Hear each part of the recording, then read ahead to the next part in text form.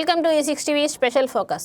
దేశంలో ముందు జెన్జీ భారీ ఉద్యమాలు నిర్వహిస్తుందని కాక్రోచ్ జనతా పార్టీ CJP వ్యవస్థాపకుడు అభిజిత్ దిప్కే తెలిపారు. అయితే వారి ఉద్యమాలకు CJP ఒక్కటే వేదిక కాదని, ఎవరి దారిలో వారు ఉద్యమాలు చేస్తారని అన్నారు. ఓ ఆంగ్ల వార్తాపత్రిక సంస్థకు ఇచ్చిన ఇంటర్వ్యూలో ఆయన పలు అంశాలపై తను అభిప్రాయాలను వెల్లడించారు. నీట్ పేపర్ లీకేజీపై ఢిల్లీలో గత నెలలో తాము నిర్వహించిన ఉద్యమం ద్వారా దేశ ప్రజల్లో గత 10 ఏళ్లుగా ఉన్న భయాన్ని తొలగించామని, ఇకపై ప్రజలంతా తమ సమస్యలపై గళమెత్తుతారని తెలిపారు. ప్రస్తుతం అనేక చోట్ల యువత తమ సమస్యలపై స్వయంగా ఉద్యమాలు చేస్తున్నారని చెప్పారు.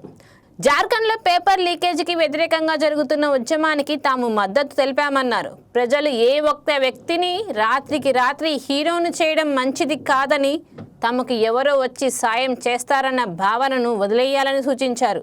CJPని రాజకీయ పార్టీగా మార్చబోమని పునర్ఘాటించారు. ప్రస్తుతం పెద్ద పార్టీలే మనుగడ కోసం పోరాడుతున్నాయని అన్నారు. ఎంపీలు ఎమ్మెల్యేలను కిడ్నాప్ చేసి CBI ఈడీలతో బెదిరించి పార్టీలు మారేలా చేస్తున్నారని, ఆ ట్రాప్లో తాము పడబోమని స్పష్టం చేశారు.